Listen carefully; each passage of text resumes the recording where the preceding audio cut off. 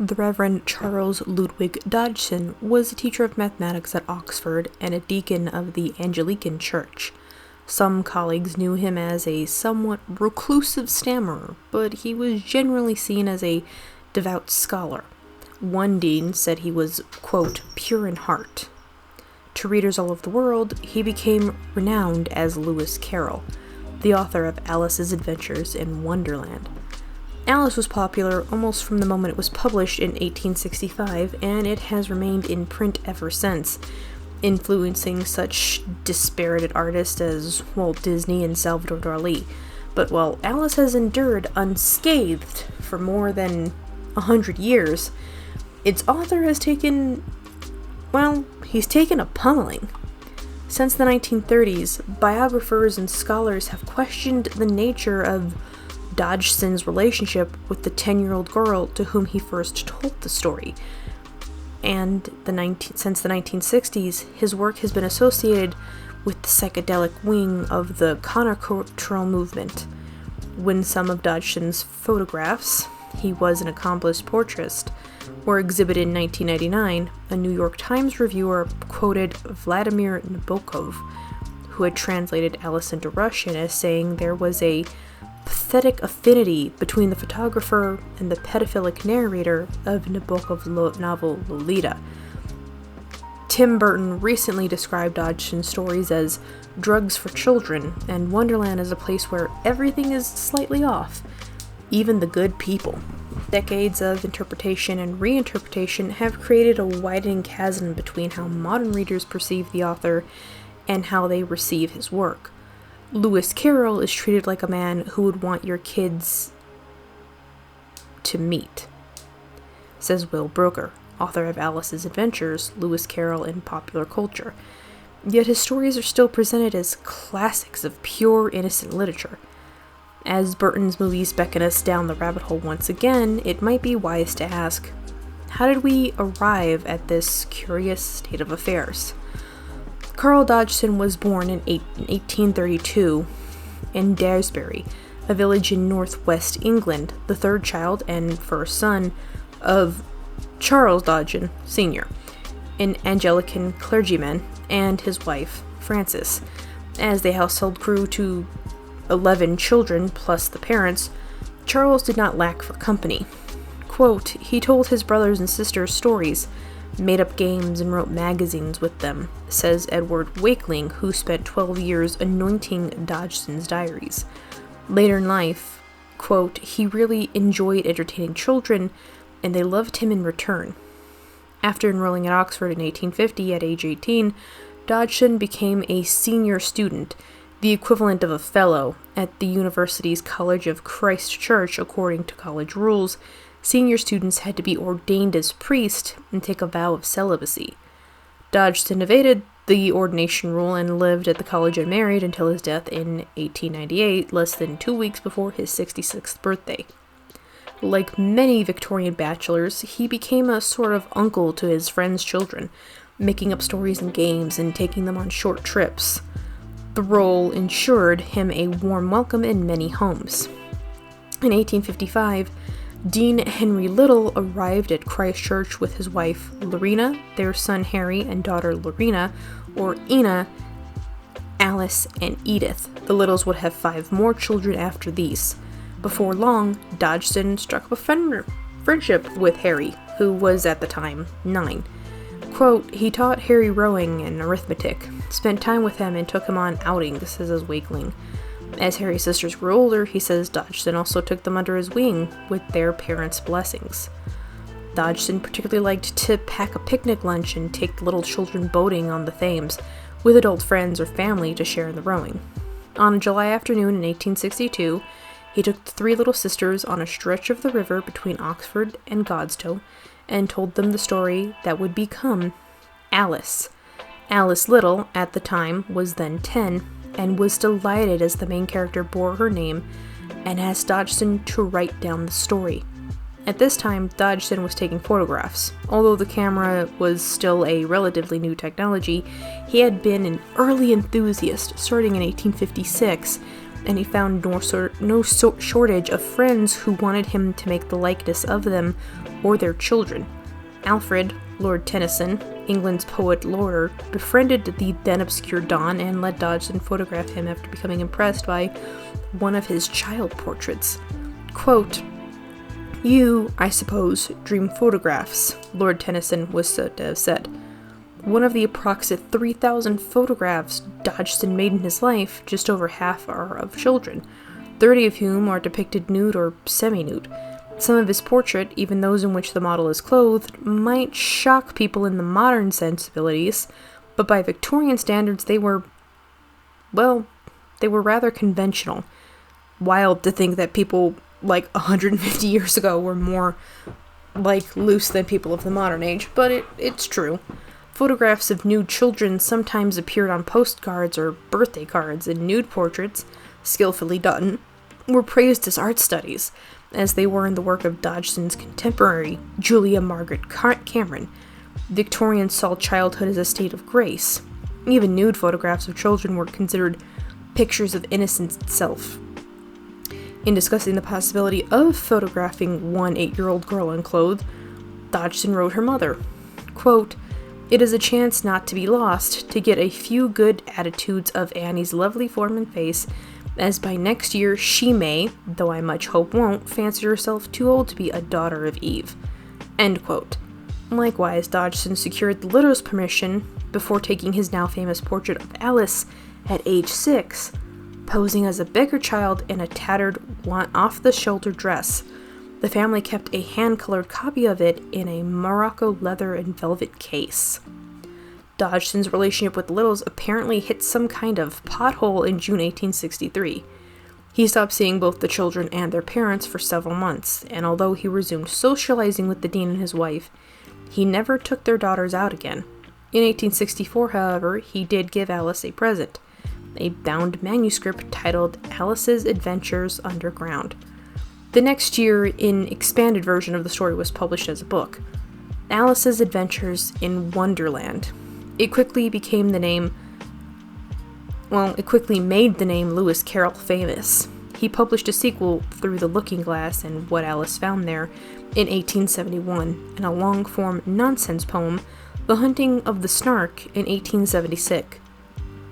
Dodgson's identity as Alice's author was an open secret, and the author gathered about him a large circle of affectionate children and their parents.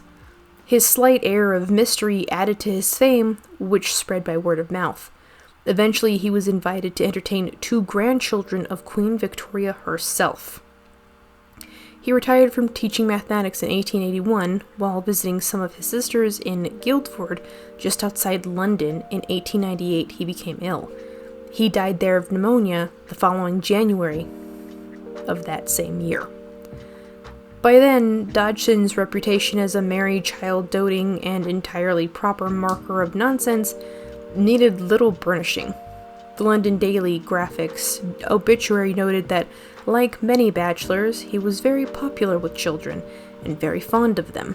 Before the year was out, Dodgson's nephew, Stuart Collingwood, published a biography that devoted 2 fifths of chapters to Dodgson's many child friends, including referencing to his hugging and kissing girls, and largely omitted references to his many friends with women. Quote, "The popular Victorian image of Lewis Carroll was a sort of child-loving saint," says Booker. "It is an image which Dodgson himself helped to create, and it suited Victorian attitudes." End quote. In 1932, the centennial of Dodgson's birth, Alice Little, then an 80-year-old widow, traveled with her son and sister to New York City to receive an honorary doctorate from Columbia University for awakening with her girlhood's charm the ingenious fancy of a mathematical familiar with imaginary quantities, stirring him to reveal his complete understanding of the heart of a child.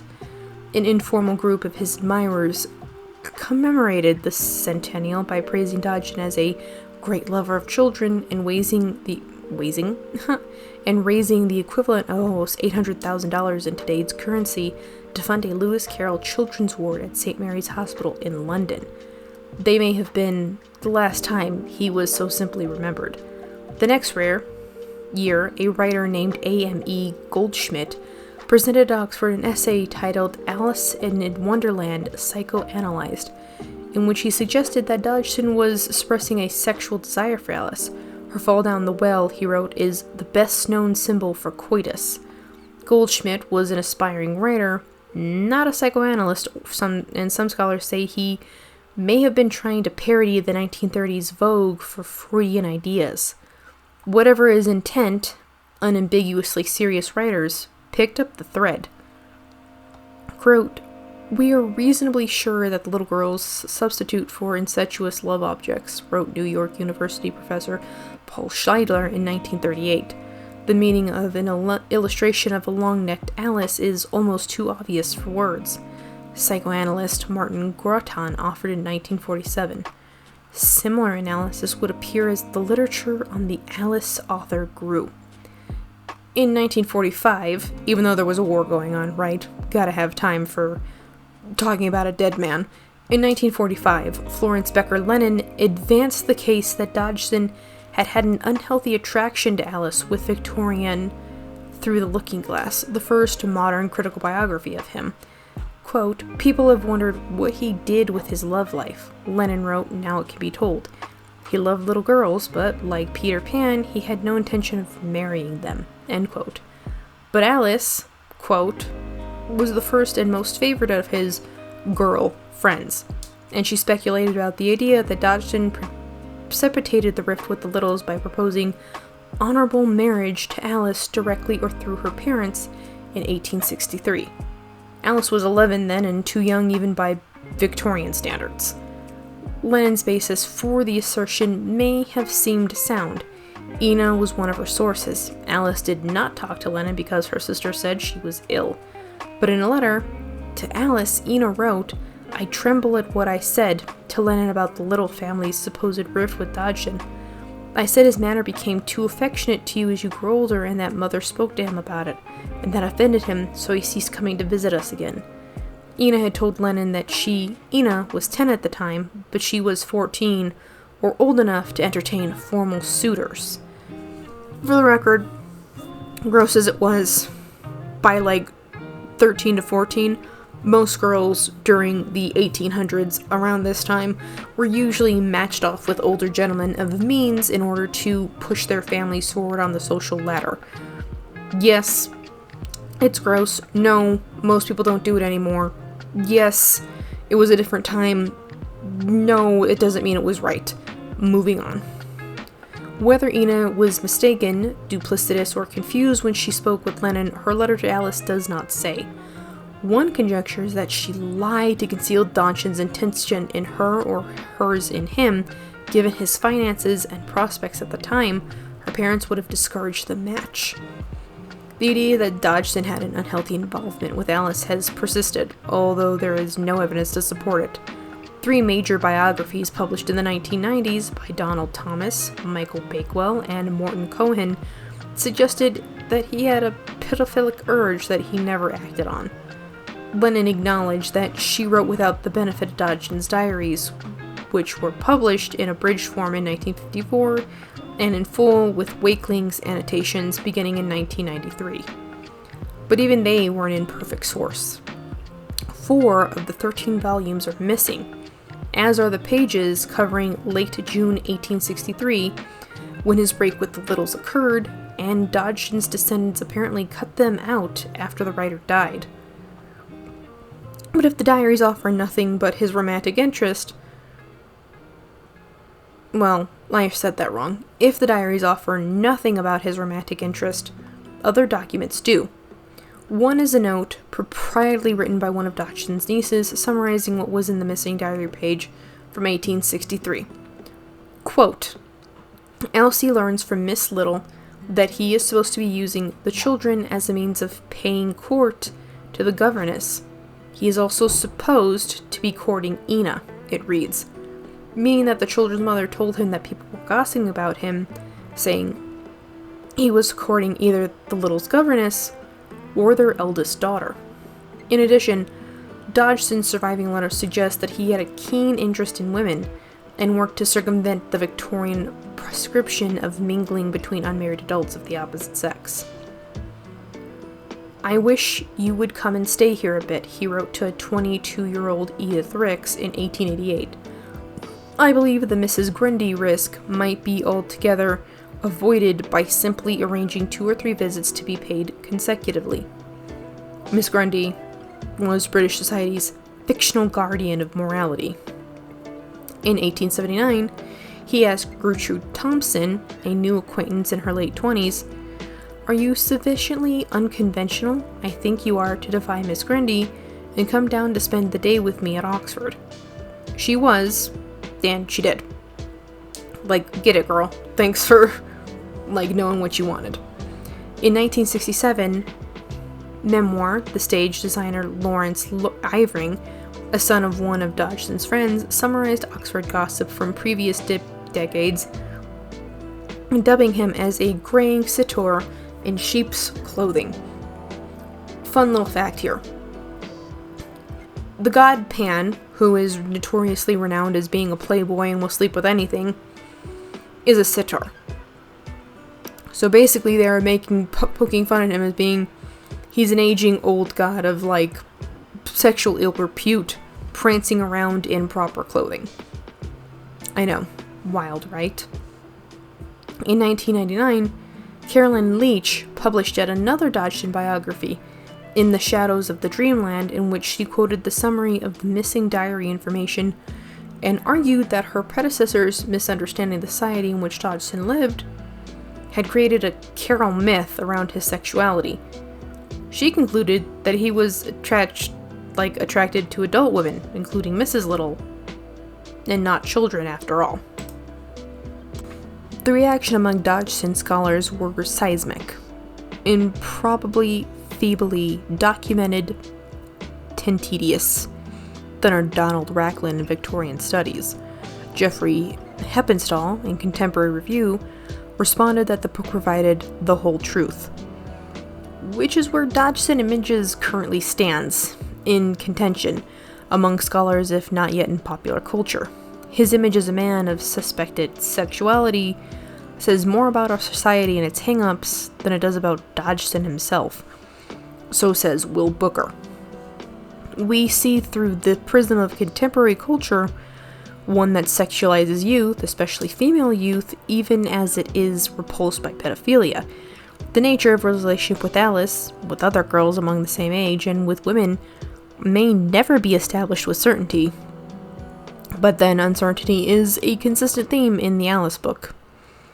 The reason I bring this up is because on my Twitch channel, which is under the same name as this YouTube channel, I recently played Alice Madness Returns. In the game, which is wildly divorced from the source material, Alice is on a mission to get her memories back and uncovers that her family was killed in cold blood, and the man who did the deed, Dr. Bumby, has been using his degree in psychology to rewrite the minds of very young children who come from abusive homes. Now, before I keep going, I need to make a few things clear. I do not think that Lewis Carroll was a pedophile. Do I think he was an okay dude? No.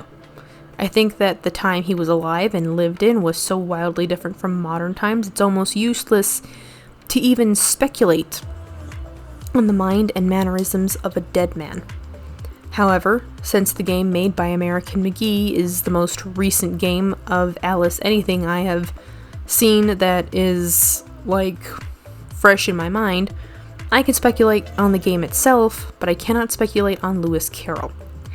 Alice in the games, and the world it is shaped around, also takes place in the 1800s, and thus a lot of the horror of that game is based on how the logic of the 1800s shaped the world. Yes, mental institutions were not good to any of the patients inside of them before modern medicine and modern ethics. Yes, they had horrible work conditions for everyone, and they often used children as underpaid labor, assuming they paid them at all. Did they have child prostitutes?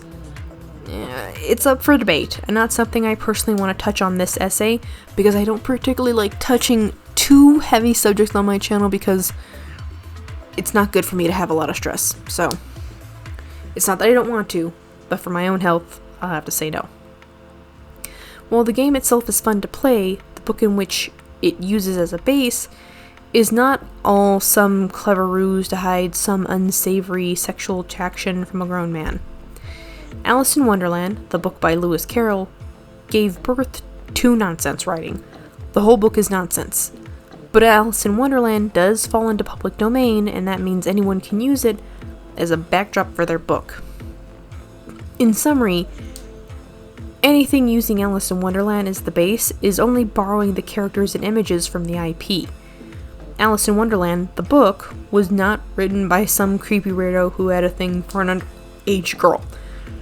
And I know that sounds weird to say it out loud, but follow me on this. Victorian London was a time so wildly divorced from most everything that is now modern and, understood here in the year of Our Lady Dolly Parton 2023. The reason why I bring this up is because Alice Madness Returns, the video game, makes it a point of saying that in London, so many things that were unsavory were happening. However, what we now in the modern age consider very problematic was considered almost completely normal back then. The abuse of children, the abuse of workers, the fact that people were just literally falling through cracks of systems, all of it makes sense when you look at it from that lens. Which is why the actual horror of this game does not come from, Alice having a mental episode and you really don't know what's real and what's not. It's from the fact that she is looking at the world through a lens in which she can understand it. Which means that even if this is all some really bad mental break, all of this still falls into the realm of straight up, it's rough on her. It's rough on you, the character. Well, not even you, the character. You, the person playing Alice in the games, is because you really, really want to know what's going on, but you can't know for sure if everything you're seeing is even really correct, because it's up for debate, because there are times when you're talking to people in the modern world and then all of a sudden you're just suddenly in Wonderland with very little preamble getting there. Now, could I speculate on what this could say about Alice and her mental state? Sure I could. I'm not going to. I have no basis in mental health anything, so I would be reaching for trigger words and baseless accusations, which is easy to do, but also makes you a poor analyst if you do it. Unless you actually have a degree in it, which is fair. Or if you would admit you're speculating, then I respect you more. But don't throw accusations out, that's rude. Another thing that is really important to note in Alice and Lewis Carroll is Lewis Carroll, basically, if you really look into him, he never really met people in the eye. He stammered and he stuttered and he liked hanging out with children.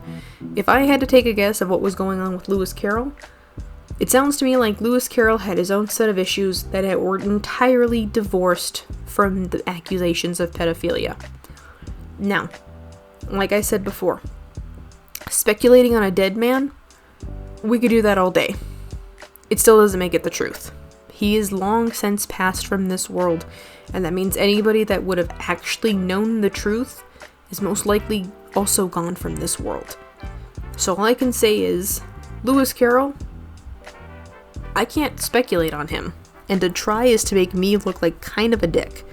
I can speculate on the Alice games, and also Alice in Wonderland. Alice gave birth to nonsense writing. That's literally the core of the work. But Alice in Wonderland, as I said, falling into public domain means anybody can really do anything with it. And they're not technically wrong because of that.